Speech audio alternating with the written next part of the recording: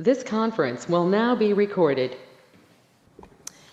Good afternoon, everyone. Welcome to the City of Haslet HCEDC Type B meeting on Thursday, March 26 at 6:30 p.m. It's actually 6:32. We do have a quorum present. Do we have anyone who would like to provide citizen participation or comments? No one is present to speak. No one has signed up to speak. Okay, no one's online. Morris, did you want to give comments? Yes. Yesterday, there was three of us. Oh, you want to hear me? Yes, Yesterday, we went to a Metroport Chamber of Commerce luncheon, and Mr. Belcher was there, as well as our administrator, Joe, and myself, as well as two councilmen and two people from the Parks Board were there, and also Katrina from the City Hall. And we heard a presentation basically on hotels, and there were three groups that spoke. One was from Hotel Corp, and he's out of Longview, and he works with cities all the way through the process of planning, developing, and training of staff. And then the second group was called Benchmark Hospitality, which is a subsidiary of Pyramid Global Hospitality, and they have a training center not too far from here in North Lake. And it's where you just can't go there. You have to be in school to be a part of that training program. And then the third group was Hotel Roanoke. They're getting ready to build a new hotel right in downtown, right across from City Hall, and he was going through it. It doesn't have a specific name at this point, or what brand it's going to be, and they talked us through that. It's something that, we're not actively looking for, but if we ever get to the point where we want to maybe a convention center or hotel type facility, these are three good contacts that were there. And I've got their names and phone numbers. And then, Madam President and directors, just to kind of branch off of what Morris said, this was the first chamber event that we've been able to have, that they've done, that we have been able to have a table at. So Katrina did get there several minutes early, and she set up a table with our bags and so there's room outside for people to kind of browse, get to know, kind of see what's there. So it was a good event. It was a little more hospitality centric than I think most of their programs, but the table and the networking in advance, it was certainly a good event. And as Morris said, it was still very interesting. Particularly to me, the middle one, because it's a branch of Deloitte, and so they call it Deloitte University.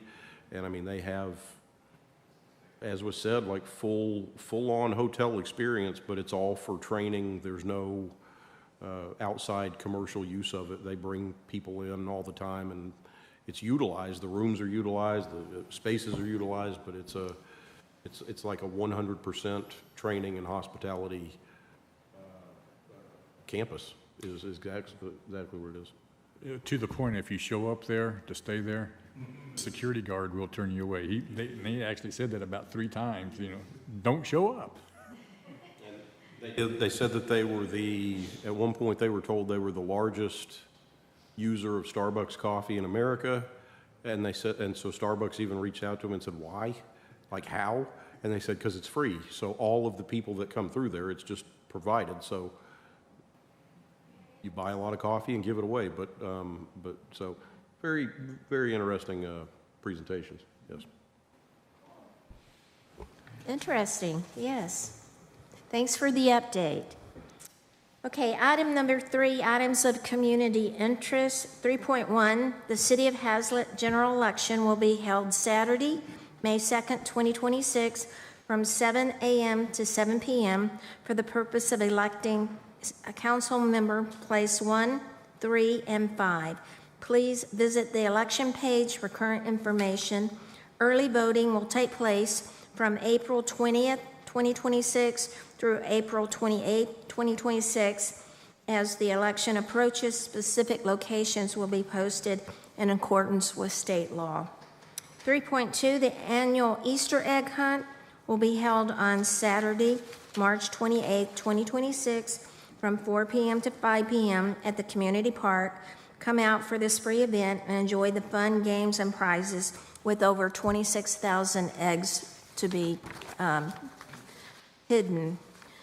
3.3, all city offices will be closed on Friday, April the 3rd, 2026, in observance of Good Friday. Item number 4, updates on active items. The HCEDC board member email setup. Vista, do you have an update for us? I've been told that all the emails are set up. There's one member of the board that we are waiting on to reach out to Dynamax, get their account fully set up and running. That was as of, I think, Tuesday.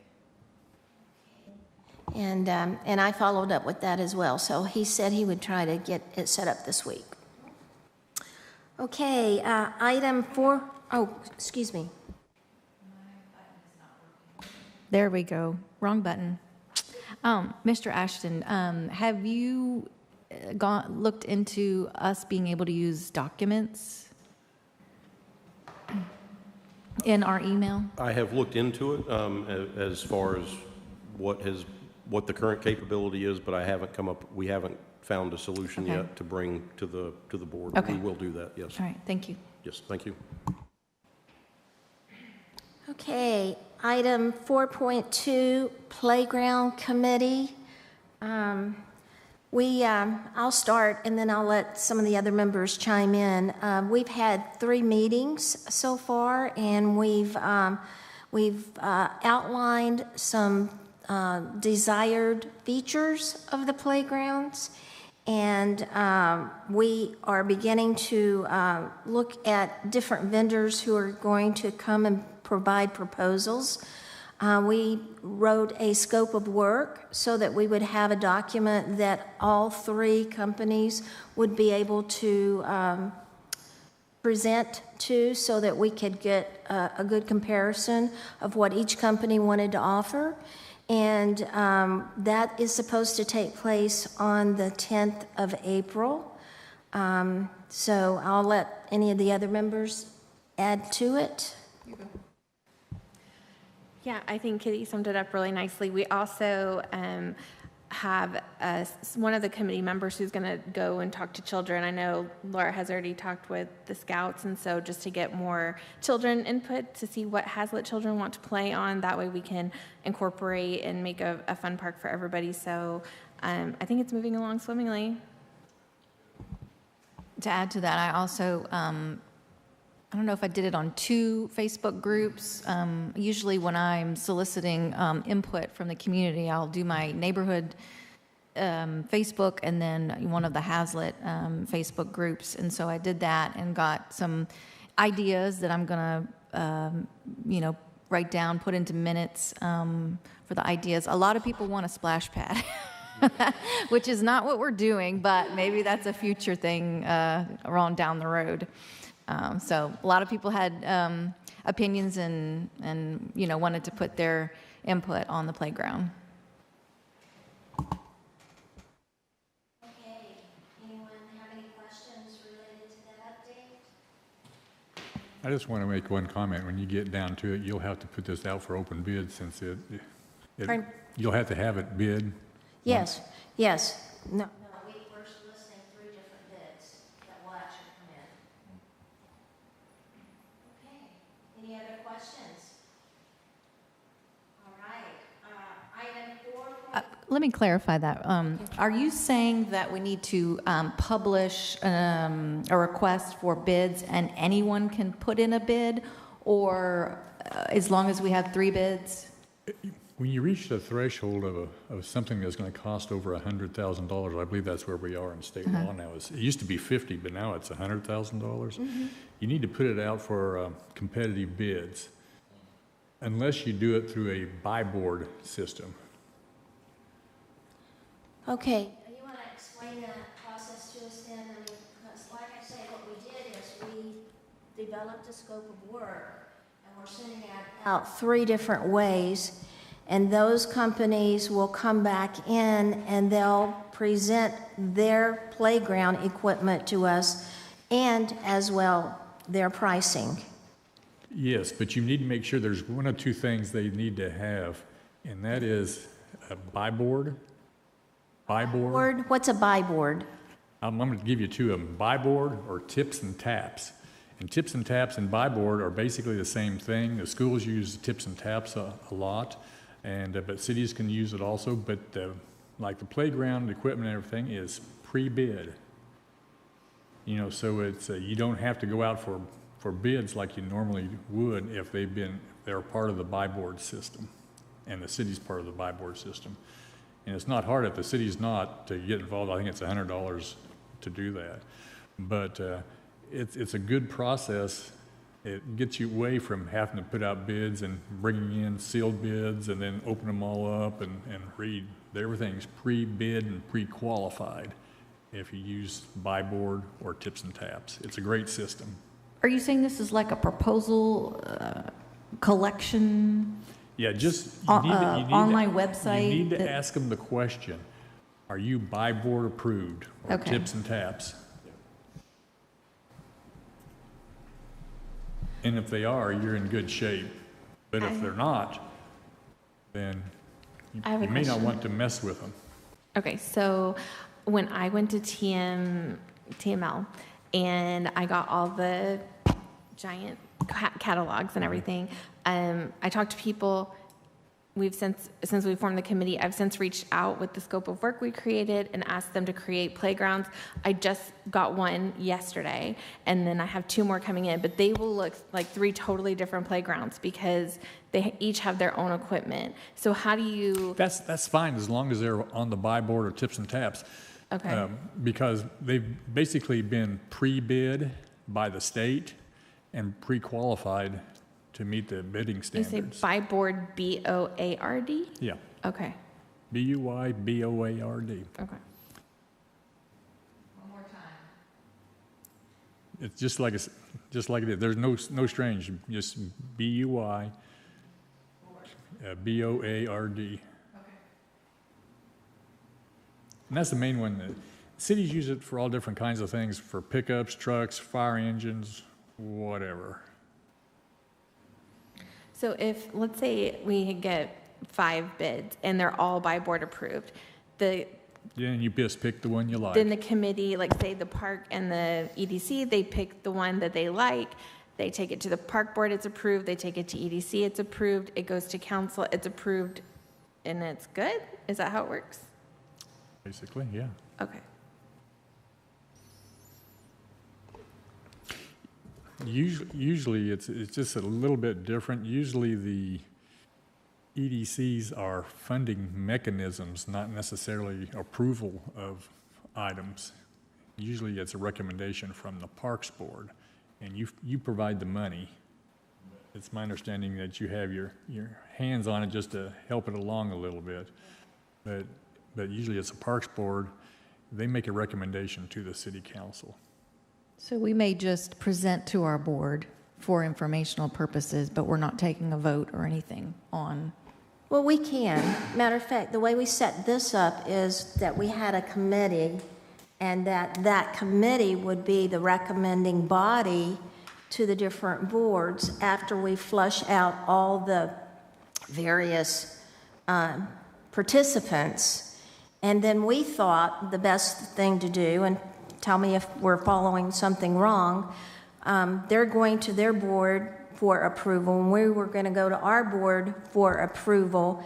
And once those 2 steps had taken place, then obviously it doesn't matter who goes to city council. If it's the park board, that's fine.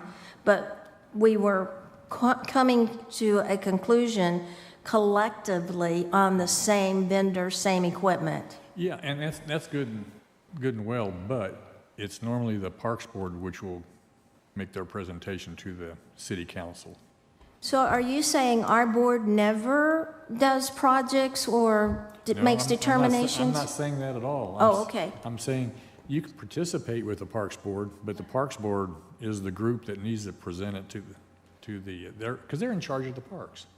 Sure, and we have no problem with that.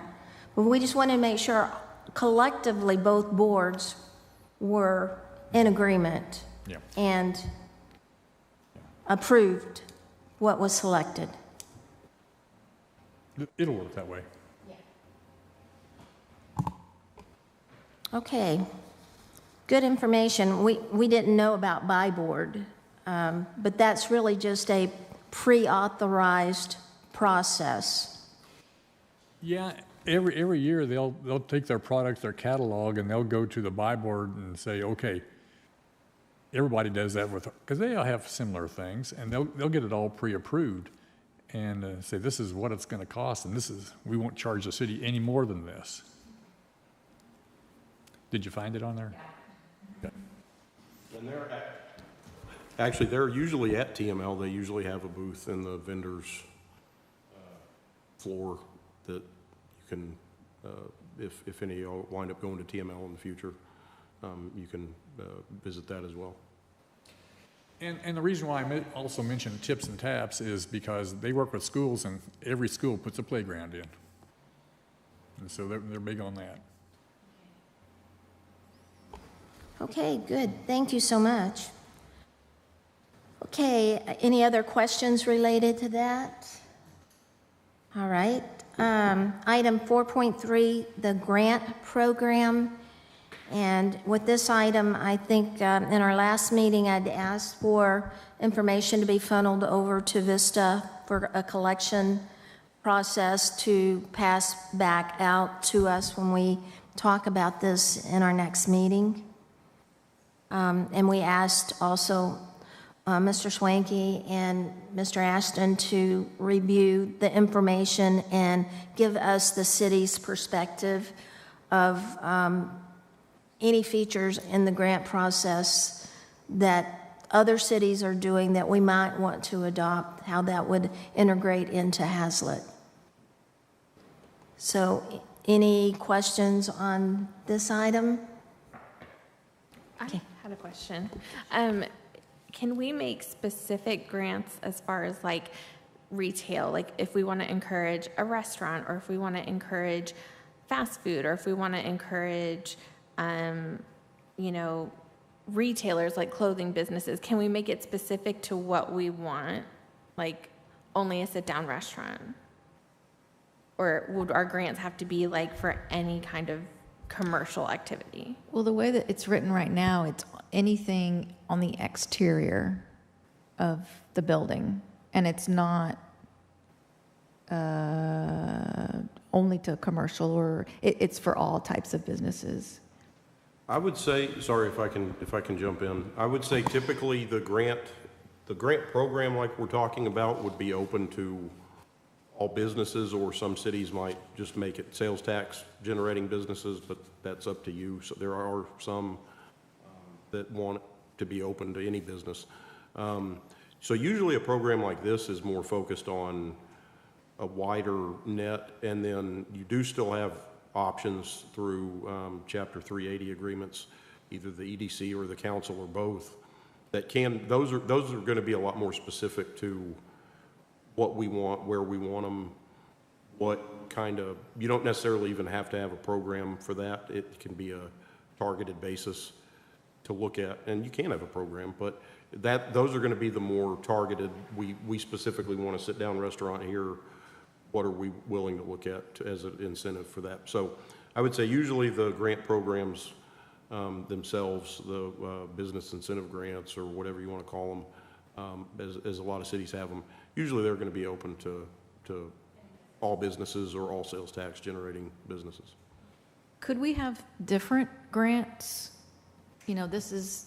These are the types of businesses we want to attract with this grant, and then let's say it's services that we want to bring to Haslet that may not generate sales tax, and we earmark, $10,000, I don't know, whatever, to that grant, and then we separate those two buckets of, Sure, yeah, yes, ma'am, you can definitely, if you want to have, I don't know if you'd want to have this year as budget No, amendments, but yeah. yes, no, absolutely, when you're planning out your projects for the next year in budget, you can certainly have really as many projects as you want. You can have, and there's, it's 6 of 1, whether you want to have one big pot and just the understanding of how you're going to administer it, or if you wanted them to be that specific and targeted, so you absolutely can.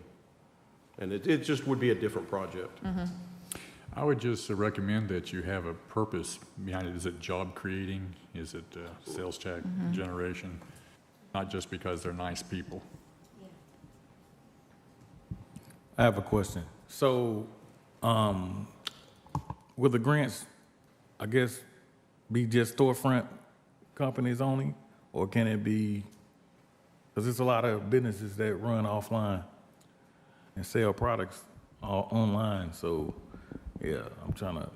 They're usually, I don't know if it's a prohibition necessarily. We'd have to kind of, I'd have to do, I'll either defer to Morris or we do a little more digging, but usually they are brick and mortar because it is, even as I believe was mentioned, they're usually the exterior, and so the expectation from most cities, unless you're getting into a bigger scale thing and it's kind of a different negotiation, but the expectation as far as these grants are usually not just that they go to benefit a business, but that they go to benefit something that can be seen from the exterior that cleans up or enhances the exterior and the view that everybody gets. So usually they're not. I don't know that means that they absolutely can't, but it's usually not. One of the things you need to be real careful about, if you have two businesses that are like doing the same thing, one has a storefront and one is not, the storefront one is going to have a lot more costs associated than the other one would. And so do you want to discriminate against them and say, okay, everything being equal, the one's not got a storefront, do you want to treat it the same as somebody that doesn't? You really want to look at that and make sure they're brick and mortar for the most part, and something that has a physical point of view. And most of the time when you don't have that, they're not necessarily employers. They may not be generating sales tax. They may be something where their sales tax goes somewhere other, because where is the point of sale at? Isn't the intent mostly to beautify the city and to... That's what your grant is for, yes. Okay. Just the appearance, okay. Yes.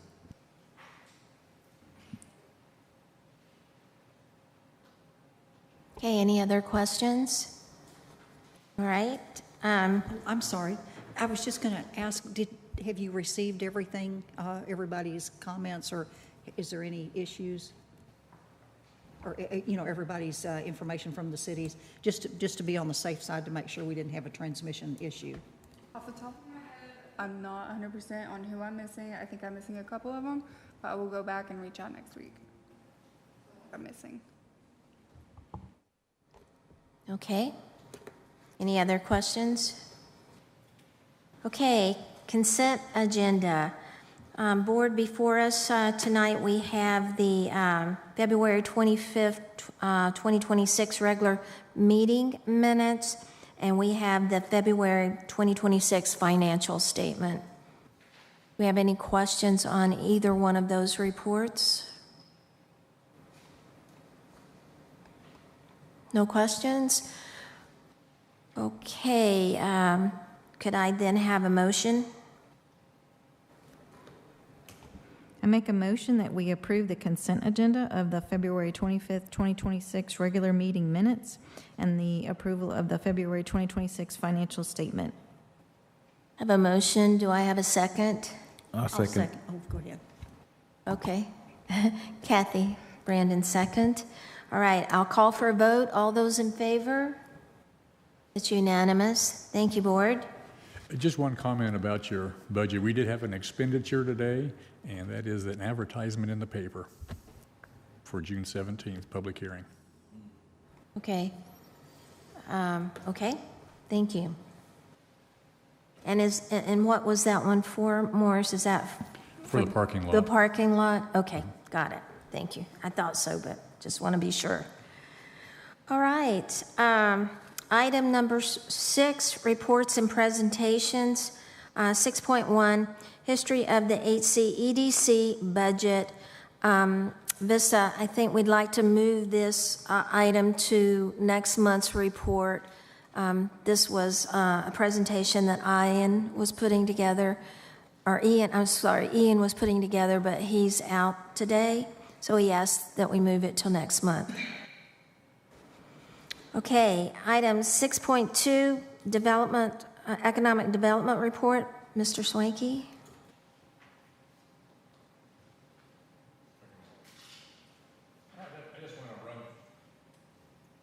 Run through a few slides, and we had a very busy month as far as permits. There are currently, this is for the February, there were 98 single-family permits and commercial permits, and 33 of them are under review right now. And the commercial activity is, these are just some continuation of some of the things going on. We have Freeman Toyota out along 35, and then at Sweetgrass Boulevard, we have Cross City and North Church site work, and they're making good progress on both those. There's a lot of utilities going in. Then on the industrial side of it, this is at the CTDI, where they're going to be refurbishing cell phones, et cetera, and they've got the tank in, the CO2 tank, and they're working on the landscaping. They've dug out some parking areas in front, and they're working on that. And on the east side, there is some work going on for a generator that they're going to be putting on the site. And they're also putting handicap parking and walkways along the west side of the building. I have a question about that. When will they be able to start using the facility, hiring, when will employees start? Well, there's a lot of cars parked out there right now, and I don't believe they've received their CO yet. In fact, they've actually applied for a variance for signage at this point, and they want to put some signs. The building's over 1,000 foot long, and so the way the rules read, you can only have one sign per frontage. They want to put the letters CTDI on one end and on the other end, so people coming from the west or the east can. That would have to be approved by city council since it's multiple signs on one face. And I've been in contact with them, as well as Vista's been in contact with them, and they don't quite have their application right yet. There's some confusion on it. Okay. So we're trying to get them straightened on that. But as soon as, but a lot of things can happen before you get a CO, or before you can occupy it. If they get a CO, everything's done on the inside, it's all been checked off by the building inspections department, then they can get a CO before signage. Did they ever give the city a projected time? Did they ever give the city a projected time of moving in or No. occupying? No. I will say one thing about it. One of the things we required was a traffic impact analysis. They have performed that, and our engineer is looking at it right now, see if they need to do any other kind of improvements on Westport for getting in and getting out.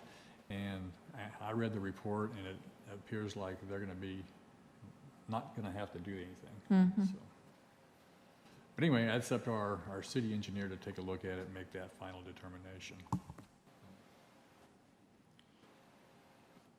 Okay, the post office, not the post office, the fire station, a little different, is making good progress. And this is the Westport Parkway pavement improvements, where they've been ripping out some areas that were failing, and they've been putting back in new concrete. And I don't recommend anybody here getting out and taking these kind of pictures, because there's a lot of traffic out there. And this is up on the north side of town at Keller Haslet Road, and it's changed a little bit since this photograph was taken, and to the point where no traffic. If you're going north on Main, you can't get out on Keller Haslet Road and go west. You have to go back east, so there's no reason why you'd want to take Main Street up and around and do that. And Main Street's, my understanding, is blocked off right now anyway, for traffic going that direction. So we don't hear all the trucks and the vehicles out front here. It's pretty much stopped. And of course, this is some work that's going on right out in front of on the library on Gamale Street, and they're making good progress. And those barricades are down. There's some more that have been put up over here on this side of the road. They're going to finish that project soon. And this is a big wastewater interceptor line that's just on the west side of the CTDI building, and it goes underneath Esport Parkway, and this is a joint project between TRA and the city of Haslet. I have a That's it. question, just to back up just a little bit. The construction that's going on out here by the library, is that the city's project? That's a city project. City project. And what are y'all actually doing? What's the city actually doing? There's sections of that road that were failing, and so they're tearing it up and replacing the sections that need to be. They've been trying to do it in stage to keep basically this parking lot out here open. So they did one side, and you had to go around Main Street and around to get in there, but now they've changed it around the other way, and for the most part, it's pretty well open from both directions right now. There's just one spot that's closed. Okay, thank you. So hopefully that project will be done real soon.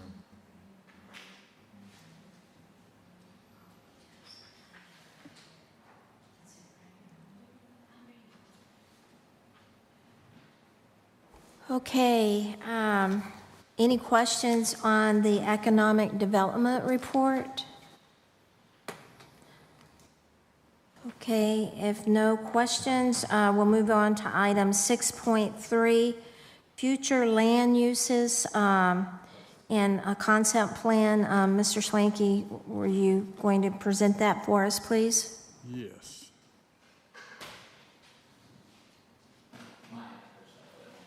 Okay, there we go. This is the current adopted master land use plan for the city. And really there's a division between north and south, where the north we have a lot of industrial land shown on the master land use plan. And then on the east you have a lot of commercial that we show along the frontage along 35. And most of it's a residential to the south and to the west, except where there are some blue areas which are publicly owned lands. I want to put one other map up that's associated with this. You'll notice that there are no floodplains shown on this map, but when I originally put it together, I wish Laura hadn't left, because this one was really for her. Next slide's going to be for her. But this is the same map, except it's got the floodplain shown, which I like to have on there, because when somebody comes in and wants to talk about a piece of property, it raises a red flag to me. Say, okay, you know, this is a land use, however, there are things associated with it. You got some issues that you may need to address as far as drainage. And so I think it's good to be on there, but you don't have to. And the one that's really adopted does not have that information on there. But I keep it on another map and another layer so that I can pull it up for my own, you know, when I'm talking to people, so I can talk intelligently about their properties. And one of the things that, this is an area that just east of Caraway that we had over the course of time. This is a 100-acre tract on the north and about a 39-acre tract on the south where Freeman Toyota is going to go. We had people who come in here and they wanted to put 3 buildings on this tract, 3 big industrial buildings. And we said, no, it shows as, you know, commercial. And so they said, well, what do you want to see? So I put this together. So this was an option. But since then, this was several years ago, they have pulled out of our ETJ. But this is one of the things when we have a big tract of land like this and there's interest, but it doesn't coincide with the city's interest, I like to show a schematic just to give people an idea of what the potential is. And so this was that, mostly commercial and office, you know, interfacing with Caraway to the west.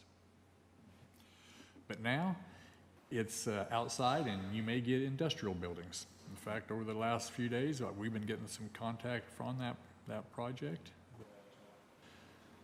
On that site, I have to tell them it's no longer in our jurisdiction. You're in the county, unfortunately. This is another land use plan for the area between, most of it's between Highway 5 and Schoolhouse Road.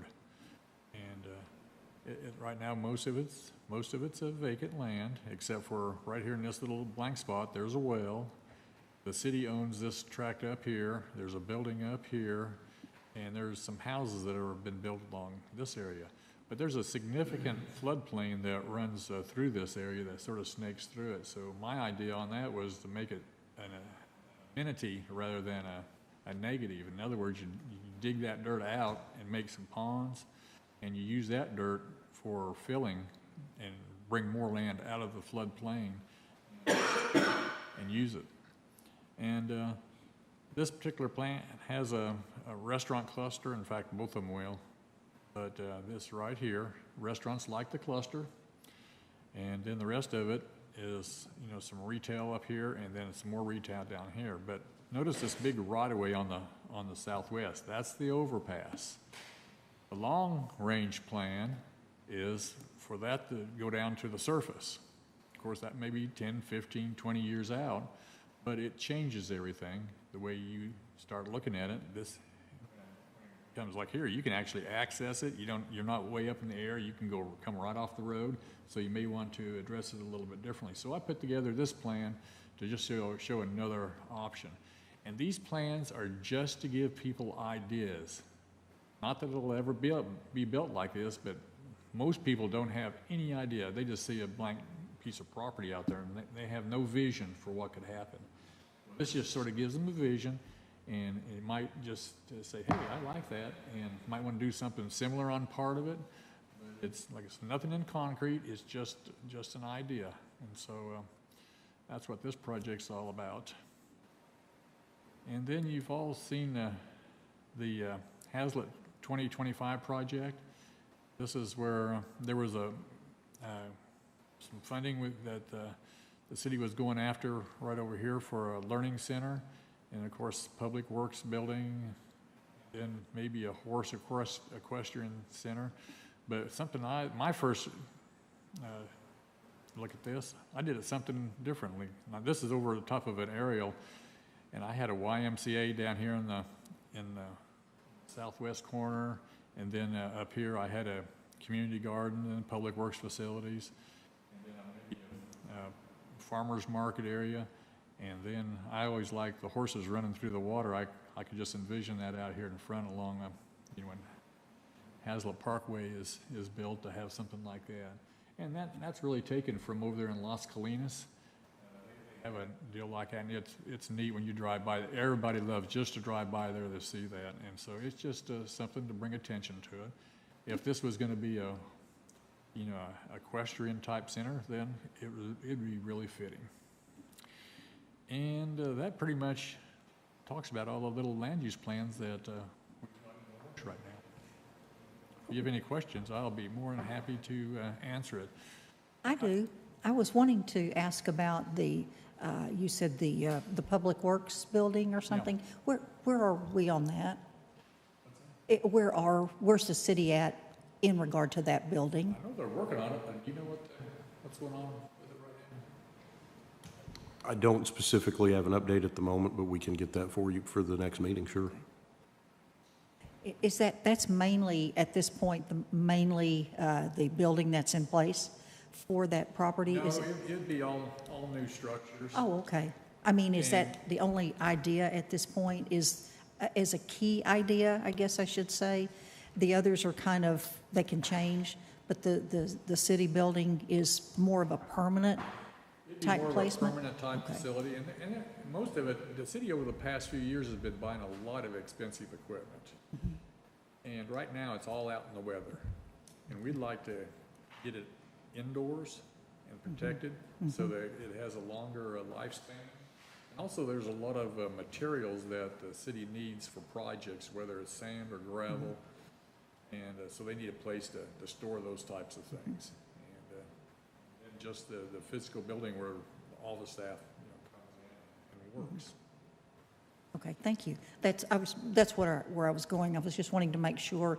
I know you said everything it's just on there, but I thought maybe the city's building was more of the permanent idea that's pretty much in place. It will be just exactly where it goes.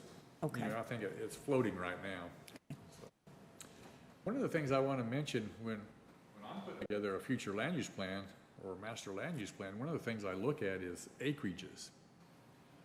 Industrial land's good. Commercial land, the rule of thumb is you need 2 acres for every 100 people. So, if you have a future population of 8,000 people, you would normally have, you divide by 100, you would normally have right around 160 acres. Right now, we have 184 acres of commercial land on the ground today. And so, really, if we added some more along 35, we got more commercial land than you can shake a stick at. Industrial land is just a producer of revenue from ad valorem taxes. But sometimes, it just may not build out if you don't have the people coming to it. And if you only have 8,000 people, plus there's a lot of people that drive through, but when they leave here, they're not stopping. They're just flying through just as fast as they can. So you got to be real careful with really balance it out, what you have as far as commercial, industrial, and residential. Haslet is really unique because we do have a lot of industrial land in the city. But that's not necessarily bad. I have a question. This map, how often is it updated? And for instance, I'm looking and the turquoise looks like it's community facilities. Yes. Do we actually have community facilities south of Haslet Parkway in that tiny little triangle there? What land is that? Right in the very center of the map. This big one? No, I know what the big one is, but up above that, just slightly up above that. Oh, right Do we there? own that land? Well, that is the Legacy Learning Center. That's the Legacy Learning Center? Mhm. Okay, okay.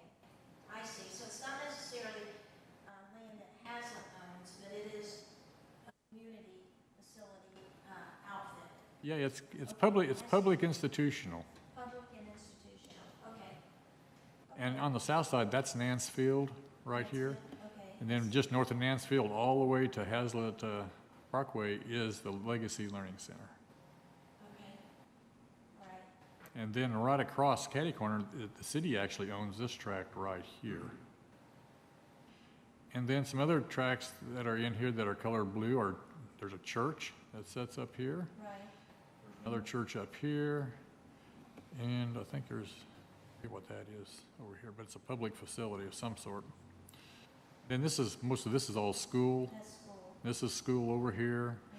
Okay. And the city owns this just north of the fire station, and this is the fire station here. And then this is daycare, or no, this is the church right here. Right. And over here, this little triangle is a water tower. And this is a pump station. Okay. And actually, it shows on this map, the city owning more acreage in the land off of Schoolhouse Road than. That's true, it does. Right, okay. And so, I think one of the reasons why we wanted to see this is, that this is obviously the future land use. So does this represent the land that's already been zoned? Absolutely not. Okay, I didn't think so. So No. how does the zoning get applied to the land? In other words, you had a lot of industrial here. How did that get applied before it was even requested, is my question. Okay, well, there's a lot of things that come into play. First off, this is adopted by the city council after review of the Planning and Zoning Commission. And there were some tweaks to it in between what I originally put together and what was finally adopted. Under, I'm gonna call out some sections of the local government code. There's 3 of them that cities usually use a lot of them. One's 211, one's 212, and one's 213. 213 is the master land use plan. 211 is zoning. And under 211, it says it needs to be based upon 213. So you have the future land use plan, but you're supposed to base your zoning on that. So 211 is based upon 213. 212 stuck in the middle is subdivisions, how property subdivides and develops. And so this is a very important document. It's not an ordinance law, it's a policy. This is what you want. It's like a roadmap to the future, what you want your city to look like when you all grow up and what you want to be. And that's what the master land use plan is. It's a roadmap to the future. Just kind of as an example of how the land use map as well as the zoning map goes, at the last council meeting, whenever there was a zoning change that was denied, one of the things that one of the council members, Councilmember Horak, requested specifically was to then review the land use, because you shouldn't, like Morris said, it's not necessarily illegal, but you don't want to go an extended period of time rejecting a land use that's already a part of rejecting a zoning change that's already in conformance with your land use, because if you've decided that that's not an appropriate zoning change, what you've also decided really is that that's not an appropriate future land use for that. So that's kind of how those 2 maps work together, is that this is aspirational and zoning is supposed to wind up reflecting that, and then if it doesn't, if you go a different direction with your zoning, you really need to then look at your land use, because you want that to be an accurate document, not just something that sits on a shelf. So, and when I was doing my calculations on this, in this area that's AG, agriculture, there's 418 acres in that area. And if you use the rule of thumb, 2 acres, per 100 population, you only need 164 acres. So do we want to make that all commercial? It'll never develop. Never, ever develop. Now, if you have some area like when you have 287, 35 coming together, that's a different animal. But just generally along with the thoroughfare on one side, with people going 65 and 70 mile an hour, starting to being 70 mile an hour there, or 75 mile an hour when you get on to the toll portion of it. Overall, there's a lot of land in there that's just not good for agricultural or retail or commercial. If you want to make it all truck parking, you could, but you really don't want to do that either. That's why there's actually a differentiation between several categories when you go between. This is in CAD here, and I'll switch back to the other map in a second. And by the way, while I'm here, I just want to show you this. This property here was just annexed into the city, this AG down here. And any piece of property that comes in the city is automatically zoned agricultural, automatically. And so it was annexed, so that's the zoning. But they have a developer agreement for some other uses. But the map's been corrected to reflect that. So then that would be changed to commercial? No, the zoning is AG. Oh, the zoning will remain AG even though they came into the city? Until they apply for a zoning change. Right. What's there now? What's that? What is on the property now? Vacant. Oh, it's just empty? Okay. It's the corner of 35 frontage and Keller Haslet Road. Keller Hicks. Corner. Oh, yes, excuse me, Keller Hicks. So all of this is agricultural. And obviously you just said you wouldn't want to make it all commercial. What along the highway, you would want those areas to be commercial. Our desire would be for the areas along 35 to be commercial. Right. And what about Haslet Parkway? That's ag here. Isn't that Haslet Parkway? There could be some areas that could be commercial along there too. Let me just go back to the master land use plan. Let me go back here. We're actually showing several large chunks on Haslet Parkway as being commercial. This little square here, that one little square, let me just zoom in on that just a little bit. That one square is QT. Right. And this is an area that we just saw a preliminary plat for Encompass Health right here, and then some other commercial uses around the office buildings mostly, and a couple of fast food. I don't know if that's what it's going to stay. And then you come over here, and a church is being built right here. On the north side of the road, there's a massive 30, 40 acre chunk of commercial. And on the south, this is one that's it's going to be a little bit harder to develop because there's some gas wells on it. But, And we know who owns this land? well, yeah, the city of Fort Worth owns quite a bit of it, especially along in here, some areas.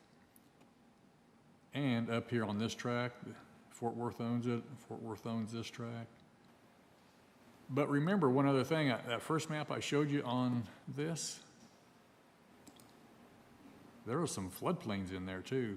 And what this map does is sort of uses those floodplains as demarcation lines, as natural boundaries between uses. You know, between office employment over here, you have this floodplain.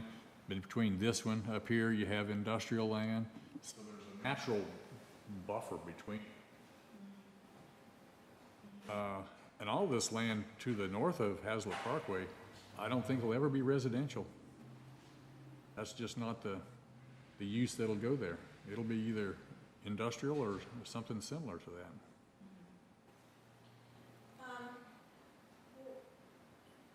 Could that along Haslet Parkway be rezoned to commercial, like restaurants and Sure. storefronts? The reason I ask that is obviously I think this board's interested in increasing the sales tax for the city of Haslet. And so, I'm sorry. Thanks. I think that what some of the people on this board's interested in is increasing the sales tax and the services for our citizens. And so instead of it being industrial, I'm sure we would love to see all of this land north of Haslet Parkway be retail or restaurants or businesses that would benefit the citizens. So did you say Fort Worth owns a lot of this land? They own several chunks of it, yes. Several chunks of it? Okay. All right. Well, and obviously, too, the land that was denied zoning in the city council meeting, in their last meeting, they wanted industrial, but the city council... And it was right here. It's right here. I mean, that's a prime area for a restaurant, wouldn't you think? For a prime area for restaurants? No, I wouldn't say so at all. Why? Well, for a multitude of reasons. First off, I mean, we have restaurants right along, just kind of east of that, right? But look at the nature of the roads and the thoroughfares. Harmon Road in that area is being downplayed, 3-lane, basically low traffic for industrial trucks using it. Restaurants, they want to be at major intersections. When you go to the east over here, you have Heritage Parkway, And then as you go south, you have that going to be carried on as Harmon Road. And Harmon Road is not going to be taking this jog over here like that as a major facility. Harmon Road is going to be going north, swinging back over and up and tying in with Heritage Parkway. So I would anticipate this whole area through here would be restaurants. Not out here in the middle on this road. Yeah, but all along this road, there could be restaurants or businesses. I mean, I don't see anything that would stop it. Do you? I mean, am I missing something? Well, I think you are. I think this area, if you Well, Well, I for think, one thing, the access is not very good to it. Have you ever been down that road? That is one of the most dangerous places in the city. Westport Parkway? Right there at that intersection it is, because you're in a curve and you're going up a hill, and it's treacherous right there. It's not a good location. It really isn't. If it was, people would have already bought it and done something with it. Yeah. so this plot of land, is it directly by the, like, is it across the airport? Is that where, like, the people come and see the Blue Angels? Is that the spot that we're talking about? Well, the airport runway is actually over here. Mm-hmm. When you're sitting over here in, the taco place, Oh, Taco Casa. yeah, that's where you can really watch them take off and on, right there, looking out their windows. It's not Taco Casa, it's a Taco Bueno. Taco Bueno. Taco Bueno, I Yeah, think. yeah. Taco Bueno and Slosky's is right there. Yeah, Yeah. they're located right here. Yeah. Okay, so this would be Westport and Harmon, and then, so if you're on Harmon intersecting with Westport, it's to the left? Okay.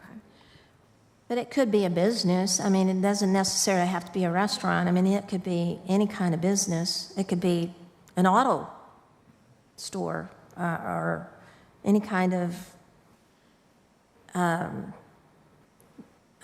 revenue-generating sales tax entity.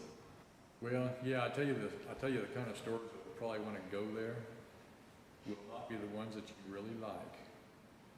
They'll be selling all kinds of tobacco and other types of products in there that you don't like.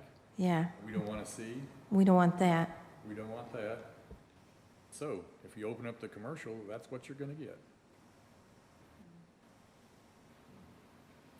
So are you saying that our best retail and commercial is in between 156 and Schoolhouse Road? I am. And there's several reasons too. When you come down here, you say, well, yeah, we can make this all commercial along here. But the only problem is this road here, there's going to be a flyover right here. And most of the traffic is going to be up in the air, 35 foot. Well, that's just truck traffic, right? I mean, I No, thought the it'll be all- flyover was for It'll be- truck traffic that's going into the industrial area. It'll be for everybody going up the intermodal. But we still will have a lot of traffic on Haslet Parkway, right? We will. Ground level. So people going to Sendera would be on the ground level, is that correct? Because they would be following it to Sendero Ranch Avondale? people will be on the ground, Okay. or taking the flyover to get north up to. I have a question. So when this map was created, was Haslet Parkway an idea? And if it wasn't, then has it been updated to account for Haslet Parkway? These maps are normally updated every 5 to 10 years. And we're getting, what is the date on that? It's on the other one. It said prepared 2024.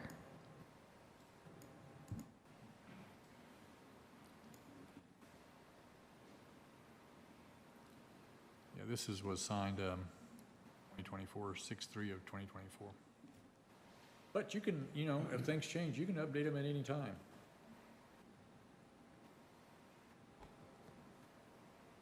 Okay. Any other questions on any of the maps or the presentation? Okay, so just one quick question.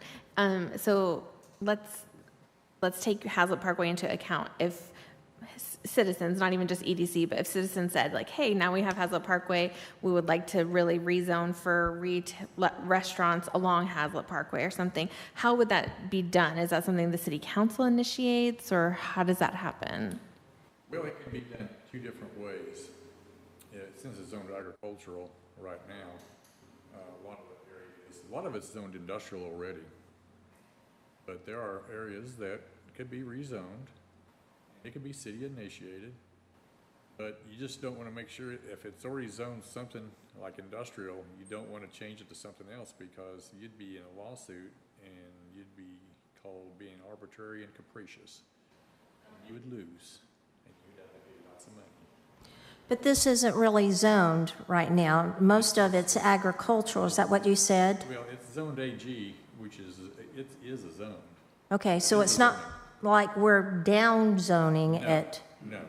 So if enough outcry from the citizens of Haslet wanting more restaurants, and specifically along Haslet Parkway, how's the best process of trying to initiate that?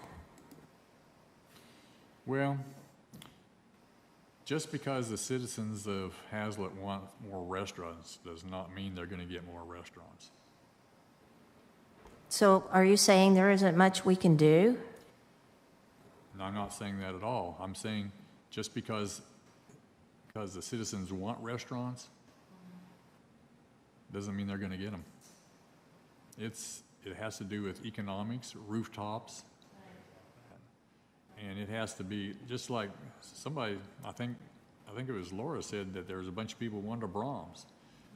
I think somebody contacted Brahms. I forget who it was, but contacted Brahms, and they said they're not going to build one here.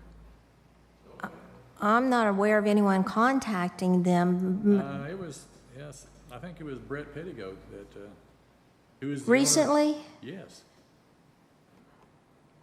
That's not the conversation he had with Laura just last Monday night at City Council. Because she went outside and she spoke with him. Yeah, I spoke with him too before the Okay. meeting. And he said they will not come to Well, Haslet? It may not have been him, but it was somebody that I've talked to, have spoken to Brahms, and they said they were not going to come here. And do you know any reason why? I don't. Okay. It could be that the market's too green. Okay. All right. Any other questions? But getting back to my comment, you talk about Haslet Parkway. All this land along on either side of Haslet Parkway is zoned industrial already. Already. So if you'd come back in here and say, we want more restaurants and we're going to rezone this industrial, that's when you're going to end up in a lawsuit. It's going to be a taking issue. And who did you say owns this land? Hillwood owns a lot of it. Hillwood. Okay. If Hillwood came to us and said, hey, we want to develop this, would that be a different? If they want to come in and submit a case and say, hey, we'd like changes to commercial, fine and dandy. Okay. Yes. That's a different story. But to go out there and initiate a zoning case and you take their industrial land away, it's not going to fly. Right. And I don't think anyone on this board's talking about downgrading the zoning of any property. It's just, we're trying to search for ways to help bring businesses to the city that we're hearing the citizens would like. So we're just asking, what can we do, if anything, to help promote that? Well, the best place to do that is in Las Vegas. And I'm serious. Okay, I propose that we all go on a taxpayer-funded trip to Vegas, stay on the Strip a whole Hey, week. believe me, it happens in most of the cities.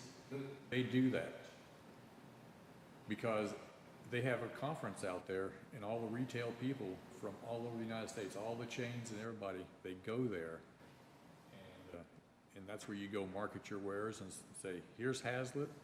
We'd like to have you come and sell the city to them." And does that generate results usually? Or Sometimes it sometimes? does. Yeah.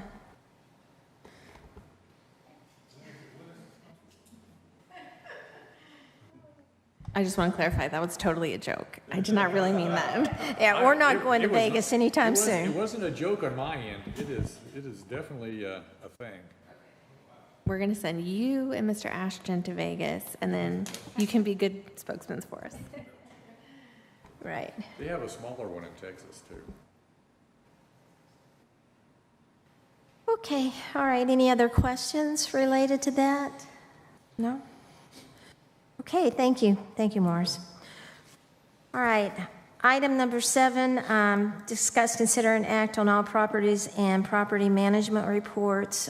We really don't have any new updates on any of this land, so we'll bypass that. And then item number 8, action items, discuss, consider, and act to form a committee of 3 members to become the Development Committee representatives. And Laura had to leave early for personal reasons, and this was an item that she wanted to bring forth to the board. And so I'm going to read her notes of what she would have said. Laura spoke with Mr. Ashton about the possibility of forming a 3-person committee that would help the city connect businesses with developers. He liked the idea, so she asked for this item to be put on the agenda.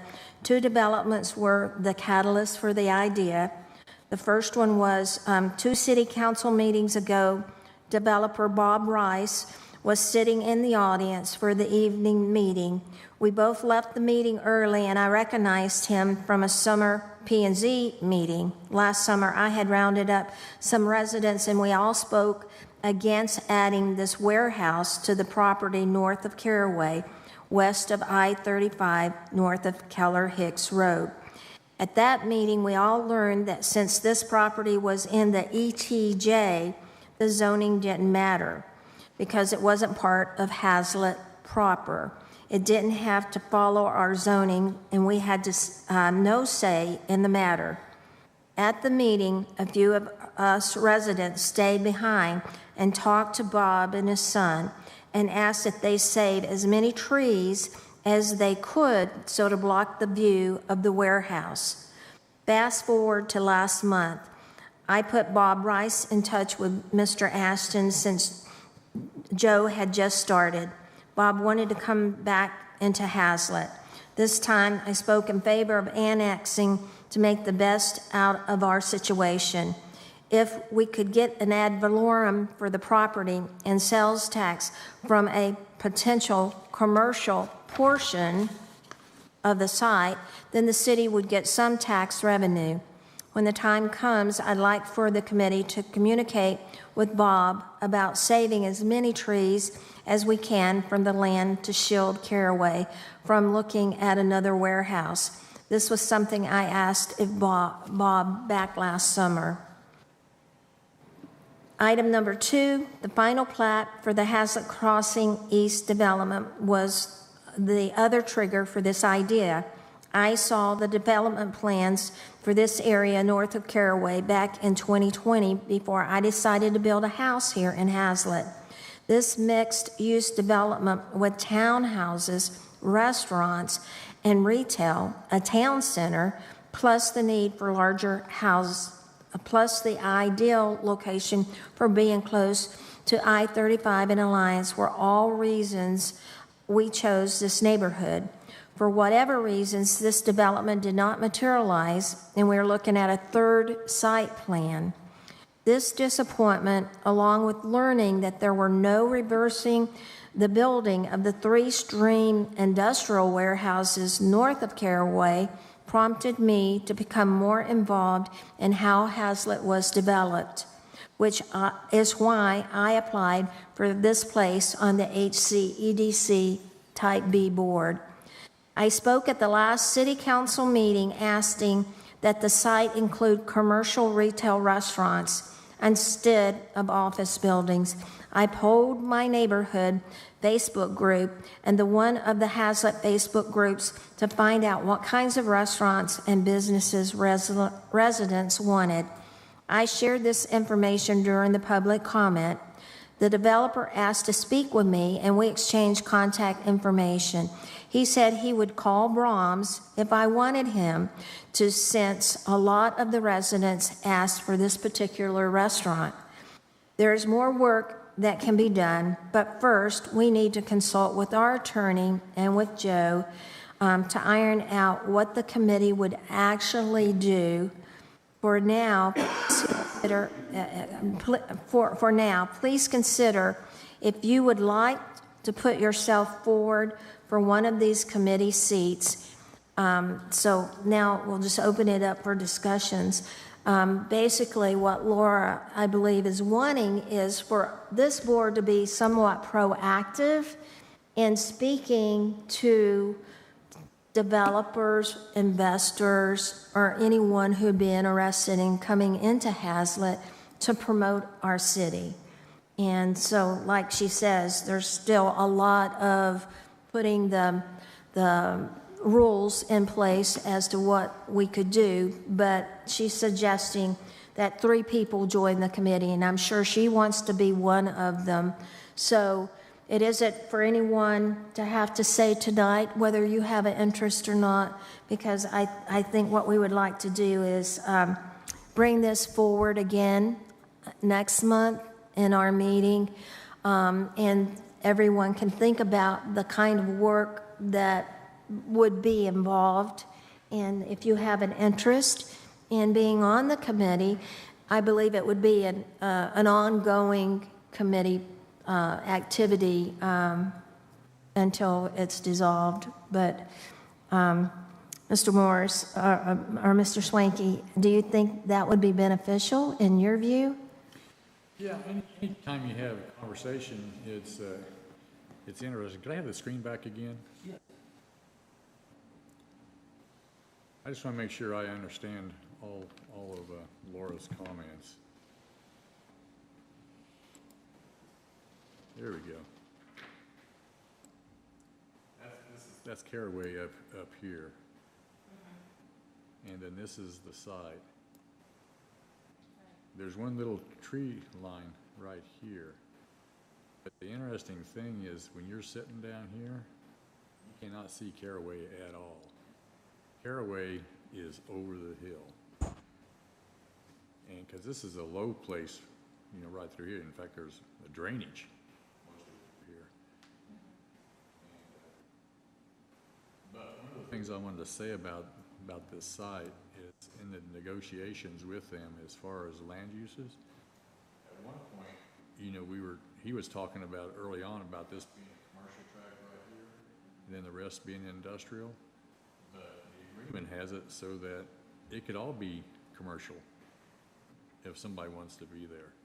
That's commercial. So commercial has not been restricted in any form or fashion except for some uses that you just can't do there because of the airport overlay. But as far as retail and sales tax, restaurants, it's open. The whole tract is, all 68 acres. But any kind of input that citizens and committees have, it's all good. Do you know of other cities having such activities out of their EDC boards doing this type? No, you do not. It's usually the Planning and Zoning Commission takes the lead. Okay. Sometimes the city councils appoint an advisory committee, but and there may be an EDC person on that board, Normally, it's not something where the EDC is the leading. Okay, all right. Well, still something to think about and pursue and talk about and see if it's something that we can influence in any way, future development. Is there a basic idea that she was trying to bring forward about a specific piece of land? Or are we talking all of Haslet? No, I think she's really talking all of Haslet. I mean, this piece of land is what kind of kicked it off. She gave 2 examples. This piece of land as one example. The other piece of land is on Haslet Parkway, the retail right across from QT, that area next to the hospital building that Morris has said is coming in. Right there. In this general area. So she is talking all of Haslet's vacant land anywhere that could become commercial. Now, see, if you could just go back in time, I would like to have not seen that industrial buildings there. And here's the reason when I'm talking about commercial land, you see this thoroughfare right here, this big 4-lane thoroughfare? And now you got this road here, which will eventually be a 6-lane thoroughfare. Then on this other side of it is a 4-lane thoroughfare.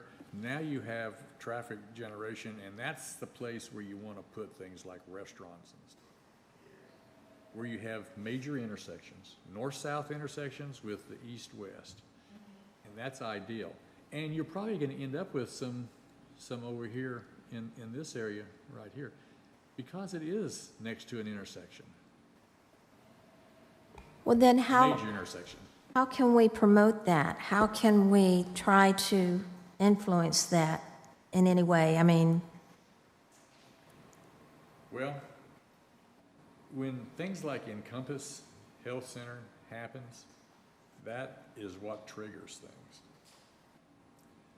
One of the things I found in my tenure as a planner, there's one organization that everybody looks for in there because they do all the research in the world and they do it better than anybody. And that's a McDonald's. If you have McDonald's locate there, it'll trigger more things than you could shake a stick at. So that's just something that happens. Because they do their homework. If a McDonald's says it'll work here, then everything else will work. And that's what you got to do. You got to get a business. And Encompass will generate things. I think we'll see a CVS or a Walgreens come over there as soon as that thing starts breaking ground. And as soon as you start seeing that, I think we will see restaurants. I don't think, like I mentioned at the council meeting, they're showing all these office buildings, all these medical office buildings. The reason why they're showing that way is because that's the worst case scenario for planning. Because they take up the most land, the most parking, it's all drainage, they take a lot of water, they take a lot of sewage. And so when you're doing an engineering portion, you want them to show those things. This is the worst that could happen. And so, we plan for it, and then we know that it's not going to happen that way. Other things are going to happen instead. But still, you got to plan for the worst case scenario. And from an engineering standpoint, that's what we do. okay, all right. Any other questions? I have a comment in relation to forming a committee. I think it would be necessary for the entire board to think about some parameters around this committee and maybe to do a little pre-planning before the roles are volunteered for or something. I just feel like it would, the more ideas, I think, the better, in my opinion. So I would like to Yes. see that there's some participation among the group or something rather than just all of a sudden volunteering to be on the committee. Right, and I only suggest you think about the type of work. If you are interested in that type work, to consider being on the committee, but there's a lot that would have to be ironed out because, like Laura says, what will the committee actually do? How will they be effective? And what are they allowed to do? Some agreements are confidential in nature, and the committee might not be allowed to be able to discuss some of those things. So it would take talking with the attorney, talking with Joe, talking with Morris to determine if a committee could be effective, and then what would they do? How would they approach the job that they're trying to achieve? So a lot more discussion. That's why I said I don't want anyone to think that they want to volunteer tonight, but just think of the kind of work that it is, and would you be interested in doing it, any one of us? Any other comments? No? Okay, then, Vista, we'd like to carry this item forward to the next meeting. Okay, executive session. We will not go into executive session tonight. We do not have legal representation in our meeting tonight, so we'll postpone executive session to go forward on our next agenda item, or our next monthly meeting. Excuse me, next monthly meeting. Item number 11, is there any other future agenda items? I had a thought as we were discussing the land map and so forth, and we were talking, I think you guys are going to do some research as to where the city is at and putting together the building for the equipment and such.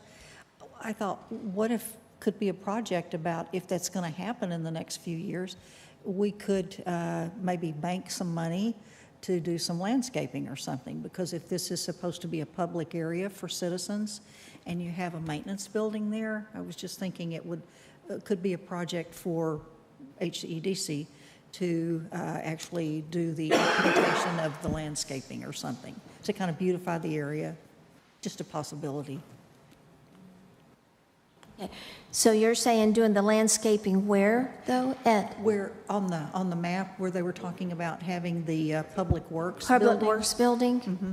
Having something around that to where, we couldn't move forward until we know what the development plans are. Yeah. But maybe thinking ahead in the future about reserving some money on beautifying that area, since this is perhaps going to be somewhat of a park. Yes, yes. Okay. Anyone else have a future agenda item? No? Okay, then I call this meeting adjourned at 7:54. This conference is no longer being recorded.